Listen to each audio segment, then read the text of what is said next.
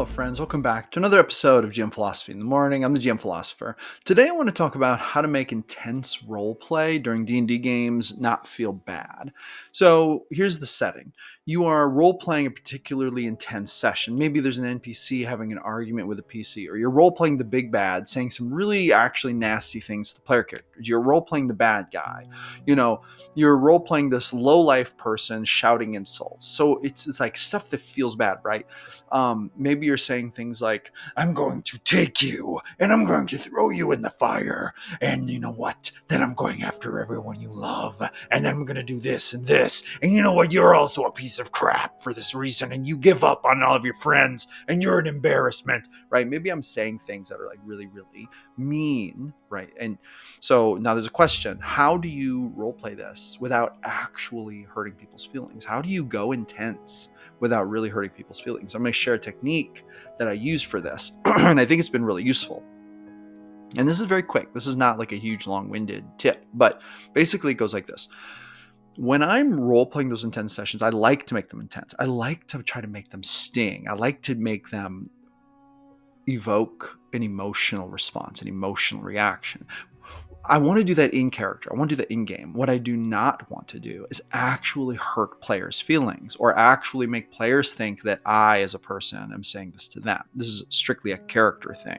So what I will do is if I'm in the middle of role-playing something particularly intense, I'll take these tiny breaks and I'll say out of character. Like I'll completely switch my demeanor and I will reassure the player that I'm not actually saying this to them, right? So it'll kind of look something like this.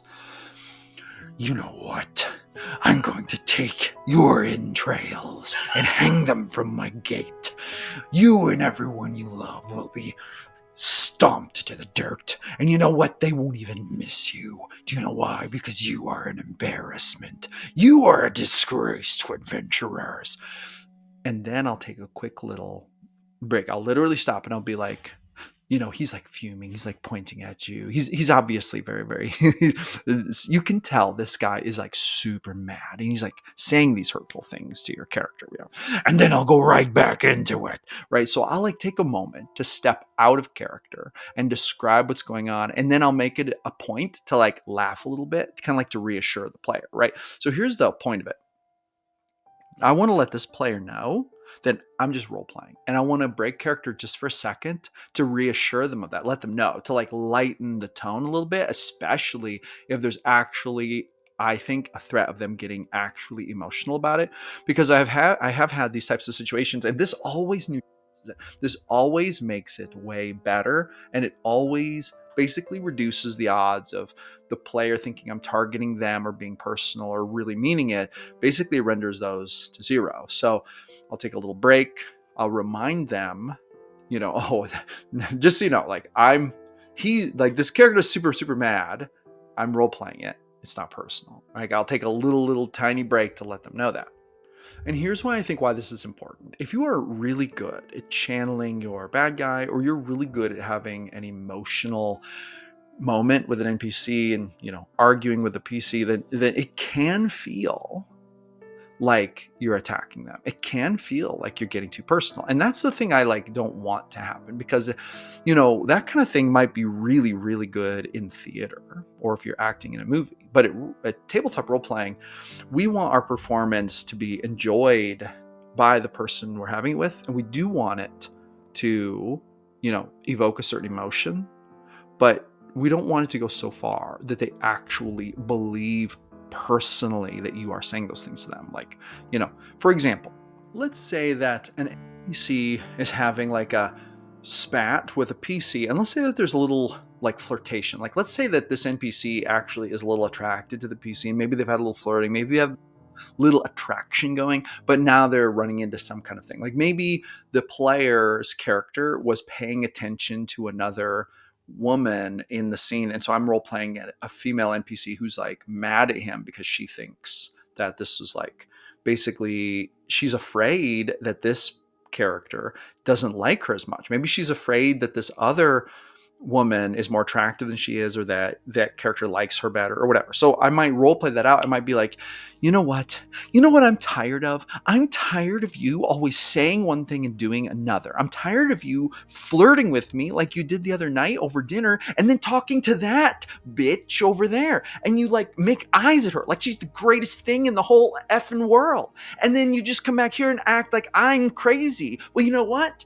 Screw you. Flipping the fingers in the air. Screw you. You know what? Screw your mom for giving birth to such a dog right now. And then I'll be like, so as you can tell, like, she's obviously like really, really angry. She's like yelling all these things at your character. And roll me an insight check.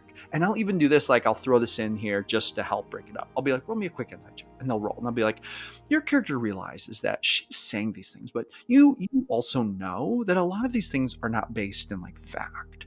Your character realizes she seems to be having an emotional reaction to something that went on.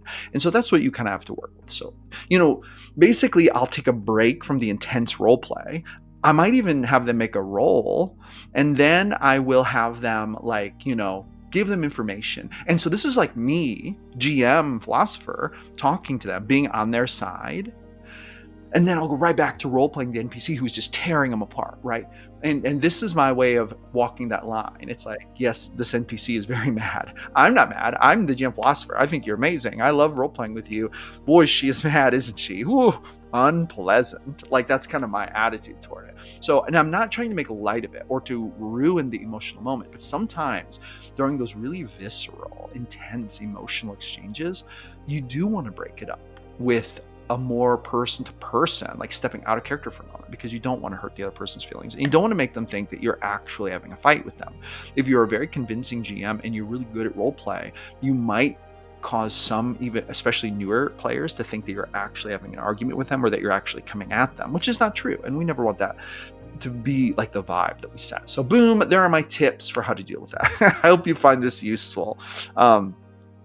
Drop me a note, drop me a comment. Let me know what you think, and let me know how you handle intense roleplay moments and how you kind of lighten the tone when they happen. That's going to be it for today. Thank you so much for tuning in to another episode of GM Philosophy in the Morning. I'm here every single day creating videos about the best game in the world, D&D. Roll some D100s for me at your next session, and I will catch you awesome people on the next one.